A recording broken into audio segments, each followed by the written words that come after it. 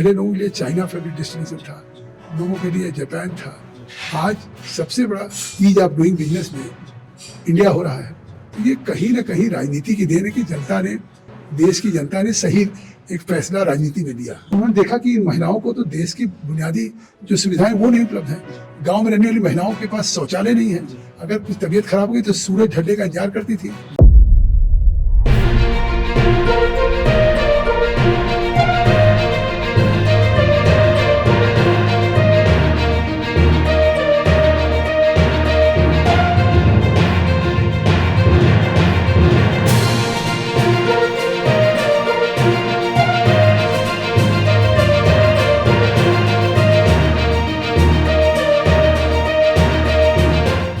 नमस्कार, आप देख रहे हैं राजनीति.com और इस वक्त हमारे साथ भारतीय जनता पार्टी के वरिष्ठ नेता जगदंबिका पाल मौजूद हैं। सर, राजनीति.com की हम शुरुआत कर रहे हैं, आप कैसे देख रहे हैं नया इनिशिएटिव है हमारा? एक तो राजनीति.com की शुरुआत कर रहे हैं। मेरी शुभकामनाएं हैं कि राजनीति.com भविष्य में लोगों को, आज देश में राजनीति भी महत्वपूर्ण हो गई। देश की जनता ने जो जनादेश दिया, आज आप देख रहे हैं कि उससे गुड गवर्नेंस भी आया।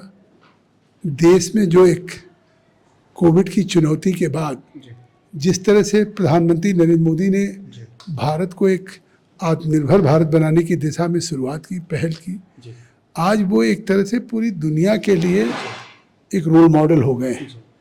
आपने देखा कि उन्होंने जिस तरह से वैज्ञानिकों को अप्रोच किया, पहले इस तरह के किसी वायरस पे हम निर्भर रहते थे, जापान पे, जापानी इंसेफ्लाइटिस, एक्यूट इंसेफ्लाइटिस सिंड्रोम, या हम यूरोपियन यूनियन से, यूएस से, वहाँ से हम वैक्सीन मंगाते थे।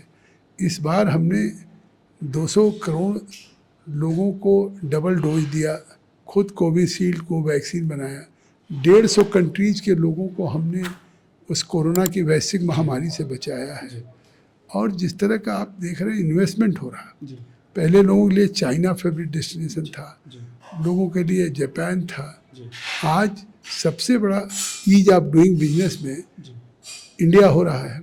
तो ये कहीं ना कहीं राजनीति की देन है कि जनता ने, देश की जनता ने सही एक फैसला राजनीति में लिया। युवाओं की अगर हम बात करें तो लगातार युवा जो है वो राजनीति में बढ़ रहे हैं। आपको क्या लगता है कि कैसे युवाओं की भागीदारी आगे बढ़े, क्योंकि आप भारतीय जनता पार्टी के बड़े नेता रहे हैं, तो तमाम युवा भी आपको अपना प्रेरणा स्रोत मानते हैं? देखिए, युवाओं को आना चाहिए। देश बदल रहा है। पहले राजनीति में कुछ वकील, कुछ अध्यापक, कुछ डॉक्टर, लेकिन जिस तेजी से पूरी दुनिया में एक परिवर्तन हो रहा है और जिस तरह से पूरी दुनिया में इस समय इकोनॉमिक स्लोडाउन है, क्राइसिस है, उसमें युवाओं का रोल कितना महत्वपूर्ण है। आज इंडिया ओरिजिन के ऋषि सुनक ने अपनी प्रतिभा से इंग्लैंड में वो चार्टर्ड अकाउंटेंट हुए और चार्टर्ड अकाउंटेंट से अपनी कंपनी खड़ी की, फिर वहाँ पे फाइनेंस मिनिस्टर हुए और आज उस देश के प्रधानमंत्री हैं।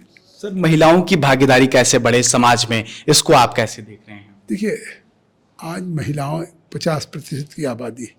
कोई देश तब तक तरक्की नहीं कर सकता जब तक कि विमेन एम्पावरमेंट ना हो। मतलब देश का सशक्तिकरण, महिलाओं का सशक्तिकरण। और आज उस दिशा में आपने देखा होगा, प्राइम मिनिस्टर नरेंद्र मोदी जी बनने के बाद सबसे पहले उन्होंने विमेन एम्पावरमेंट की बात कही। उन्होंने देखा कि इन महिलाओं को तो देश की बुनियादी जो सुविधाएं वो नहीं उपलब्ध हैं। गांव में रहने वाली महिलाओं के पास शौचालय नहीं है।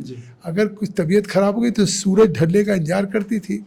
तो जब महिलाओं के लिए टॉयलेट ना हो, जब महिलाओं के लिए रहने के लिए गैस का चूल्हा ना हो खाना बनाने के लिए, 400 सिगरेट के बराबर धुआं इनहेल करती थी, तो आज एक बड़ा परिवर्तन आया पूरे देश में। उन्होंने सबको उज्ज्वला गैस में दिया, महिलाओं को अपना खाता खोलने में, तो ये महिलाएं आगे आ रही।